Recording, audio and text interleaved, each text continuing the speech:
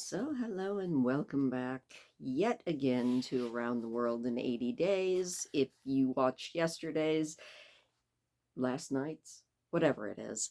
Yes, this is for me the same day because I found a little bit of time in the afternoon and it's still really cold, so I don't want to go outside and do anything because even though it warmed up some, it's still really cold outside, and I am a big lazy baby who wants to stay in the warm. Hope everybody is having a good week. It's hump day. Happy hump day if you're watching this on the day it comes out. If not, happy whatever day you're watching it. Anyway, we have to figure out what happened to Passepartout because he was left in a den of ill repute, basically roofied, and everybody's sailing on without him. And honestly, even though supposedly Phileas is our main character, Passepartout has kind of been our POV character for a lot of this, so I have no idea who we're going to switch to for kind of POV. Well, I guess we'll find out though. As always, one, perhaps two chapters. It all depends on the state of my throat and how long this goes.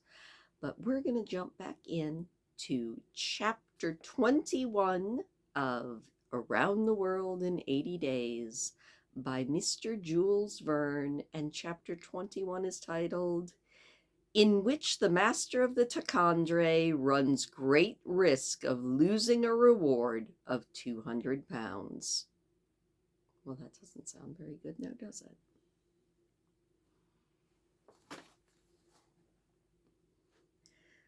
This voyage of 800 miles was a perilous venture on a craft of 20 tons, and at that season of the year. The seas around China are usually boisterous, subject to terrible gales of wind, and especially during the equinoxes. And it was now nearly November. It would clearly have been to the master's advantage to carry his passengers to Yokohama, since he was paid a certain sum per day, but he would have been rash to attempt such a voyage, and it was imprudent even to attempt to reach Shanghai. But John Bunsby believed in the Tacandre, which rode on the waves like a seagull, and perhaps he was not wrong. Late in the day, they passed through the capricious channels of Hong Kong, and the Tacandre, impelled by favorable winds, conducted herself admirably. I do not need, pilot, said Phineas Fogg when they got to the open sea, to advise you to use all possible speed. Trust me, Your Honor. We're carrying all the sail the wind will let us. The poles would add nothing, and they're only used when we're going into port, said the captain. It is your trade, not mine, pilot, and I confide in you. Phileas Fogg, with body erect and legs wide apart, standing like a sailor, gazed without staggering at the swelling waters. The young woman, who was seated aft, was profoundly affected as she looked out upon the ocean, darkening now with the twilight, on which she ventured in such a frail vessel. Above her head rustled the white sails, which seemed like giant white wings. The boat, carried forward by the wind, seemed to be flying through the air. Night came. The moon was entering her first quarter, and her insufficient light would soon die out in the midst of the horizon. Clouds were rising from the east and already overcast part of the heavens.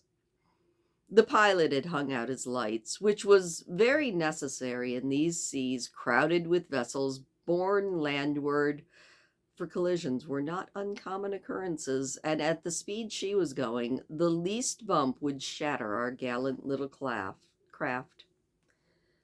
Mr. Fix, seated on the bow, gave himself up to meditation.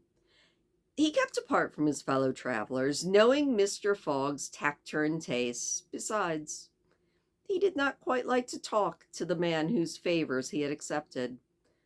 He was thinking, too, of the future. It seems certain that Fogg would not stop at Yokohama, but would at once take a boat for San Francisco, and the vast extent of America would ensure him impunity and safety. Fogg's plan appeared to him the simplest in the world. Instead of sailing directly from England to the United States like a common villain, he had traversed three-quarters of the globe so as to gain the American continent more surely.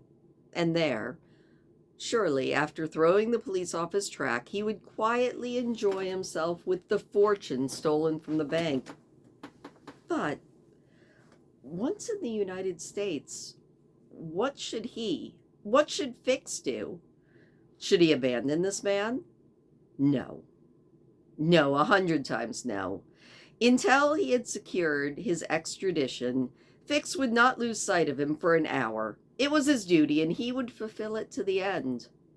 At all events, there was one thing to be thankful for.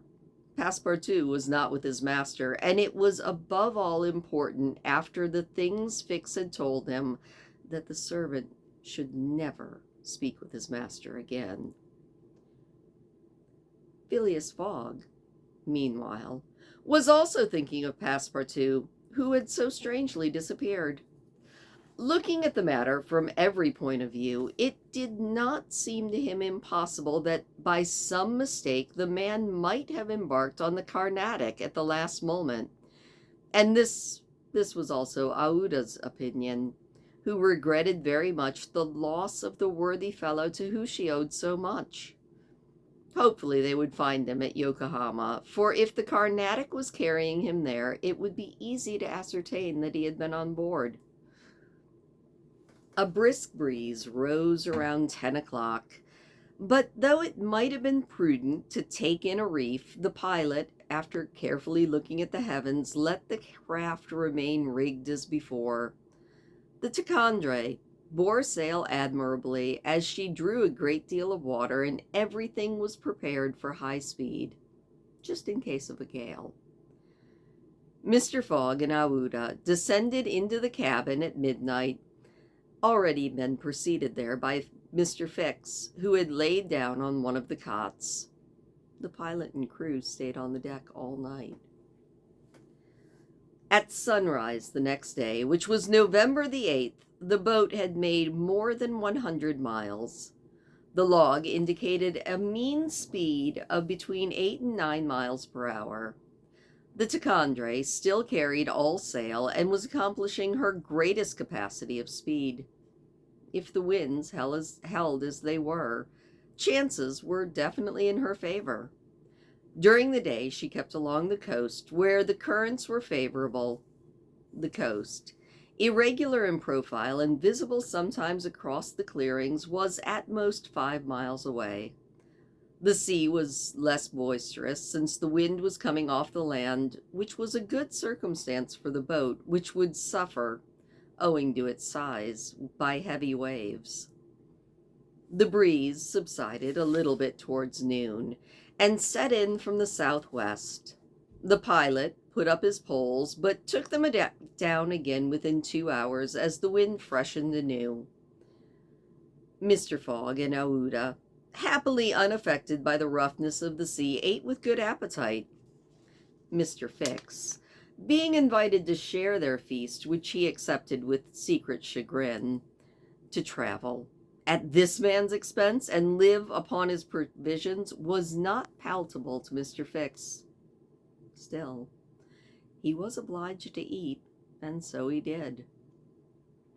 When the meal was over, he took Mr. Fogg apart and said, "Sir," calling him sir scorched Fix's lips, and he had to control himself to avoid collaring this gentleman. "Sir, you've been very kind to give me passage on this boat, but though my means will not admit of my expending them as freely as you, I have to ask to pay my share."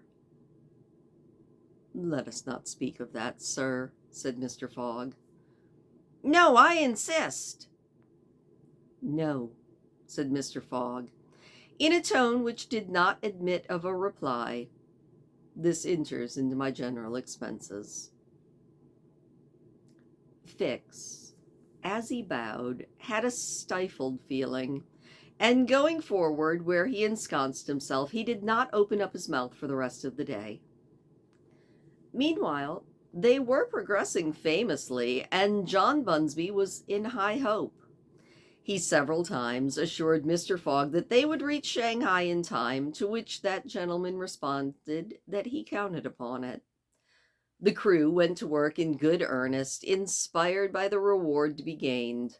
There was not a sail that was not tightened, not a sail which was not vigorously hoisted, not a lurch which could be changed to the man at the helm.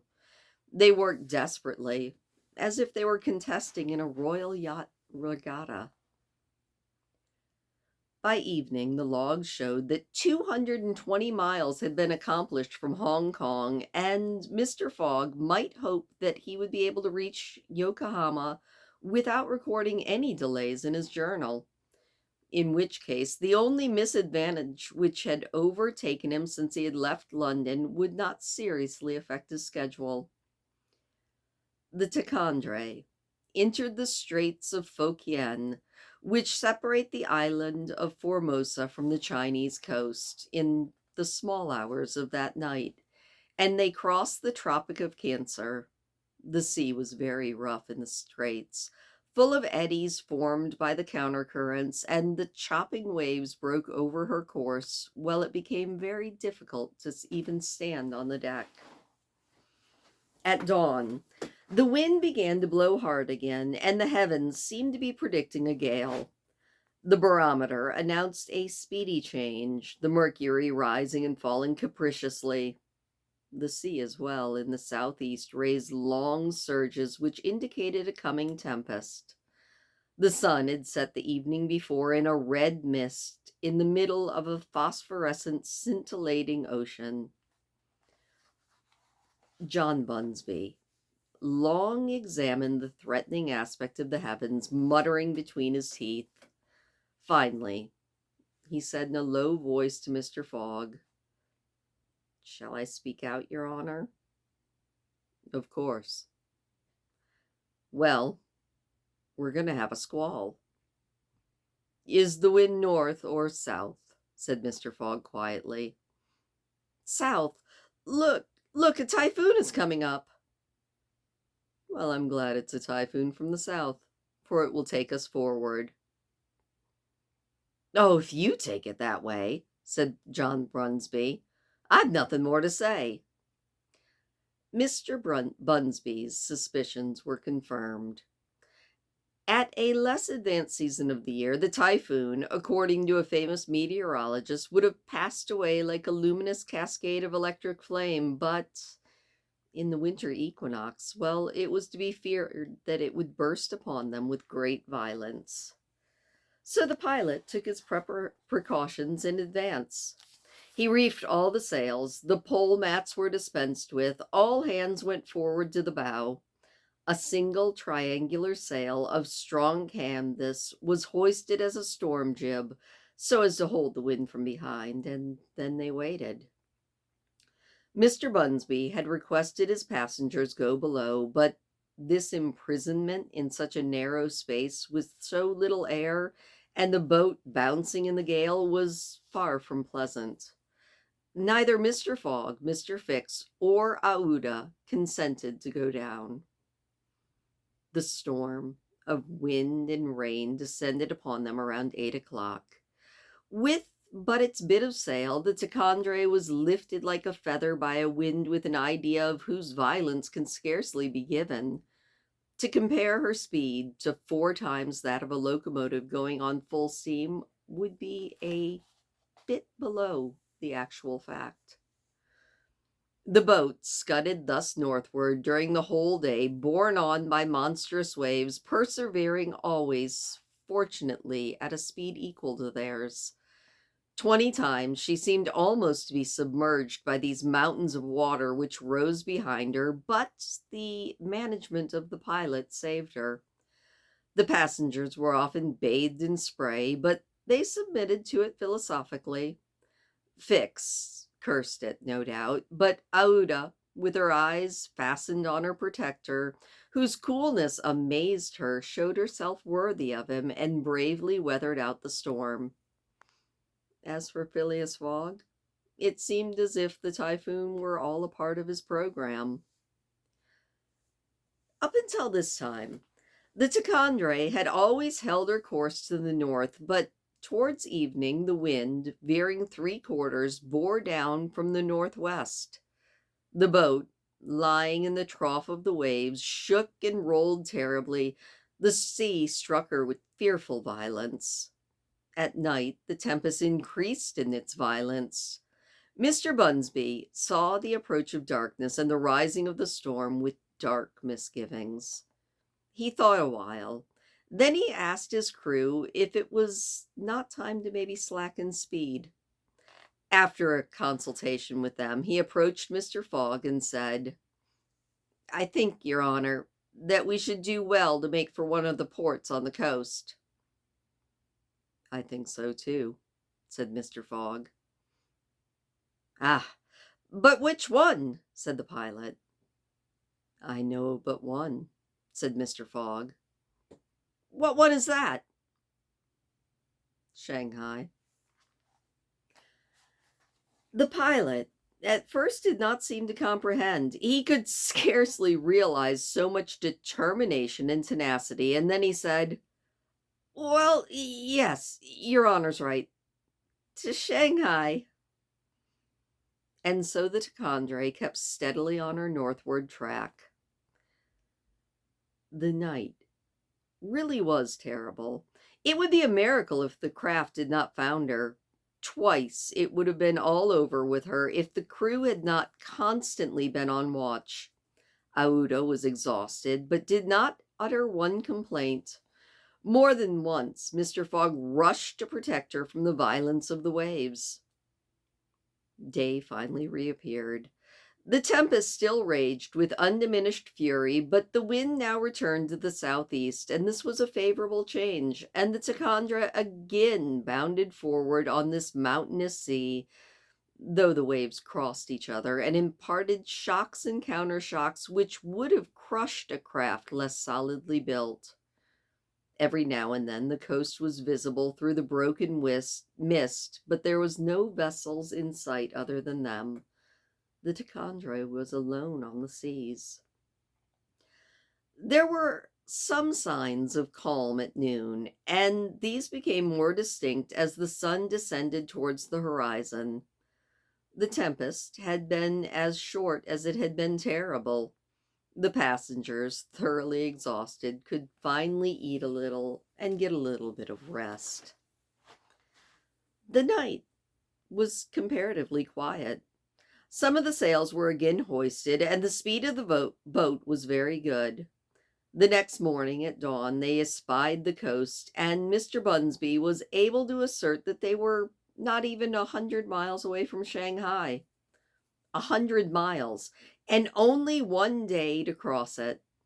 That very evening, Mr. Fogg was due in Shanghai if he did not wish to miss the steamer to Yokohama. Had there been no storm, during which several hours had been lost, they would right now be within 30 miles of their destination. The wind grew calmer, thankfully, and happily the seas fell with it. All the sails were now hoisted, and at noon the Tichondre was within 45 miles of Shanghai. There remained yet 6 hours in which to accomplish that distance. Everyone on board feared that it could not be done, and everyone, no doubt Phileas Fogg excepted, felt their heart beat with impatience. The boat must keep up an average of 9 miles an hour, and the wind was becoming calmer at every moment. It was a capricious breeze coming from the coast, and after it passed, the sea became smooth. Still, the Tichondre was so light, and her fine sails caught the fickle zephyrs so well that, with the aid of the current, John Bunsby found himself at 6 o'clock not more than 10 miles away from the mouth of the Shanghai River.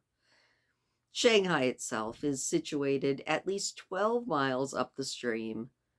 At 7, they were still 3 miles from Shanghai. The pilot swore an angry oath. The reward of 200 pounds was evidently upon the point of escaping him.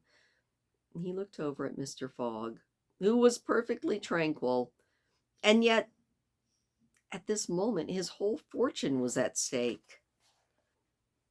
At this moment also, a long black funnel, crowned with wreaths of smoke, appeared on the edge of the waters. It was the American steamer leaving for Yokohama at the appointed time. "Confound it!" cried Mr. Bunsby, pushing back the rudder with a desperate jerk. "Signal her," said Phileas Fogg quietly. A small brass cannon stood on the forward deck of the Ticonderoga for making signals in the fog. It was loaded to the muzzle, but just as the pilot was about to apply a red-hot coal to the touch-hole, Mr. Fogg said, "Hoist your flag." The flag was run up at half-mast, and this being the sign of distress, it was hoped that the American steamer, seeing it, would change her course a little, so as to come and help the pilot boat. "Fire," said Mr. Fogg, and the booming of the little cannon blasted through the air. And that is the end of the chapter. Oh, this might be the first time we've left on something that feels kind of like a cliffhanger. I think that's actually where we're also going to leave it. Just kind of leave it on the edge of our seats. Are we going to make the Yokohama? I'm kind of assuming we are. Or the boat. I don't think we're going to make it to Yokohama because I think we're just going to hop onto a new boat. Interesting. I think this might have been the best chapter so far, at least in my mind. It had a little bit more action than anything except maybe those 2 paragraphs when we were rescuing Aouda. I also don't know if I'm saying her name correctly, so if I am, yay me. If I'm not, apologies. Anyway, thank you as always. I hope you enjoyed that, and we will have one more chapter tomorrow, so I will see you then.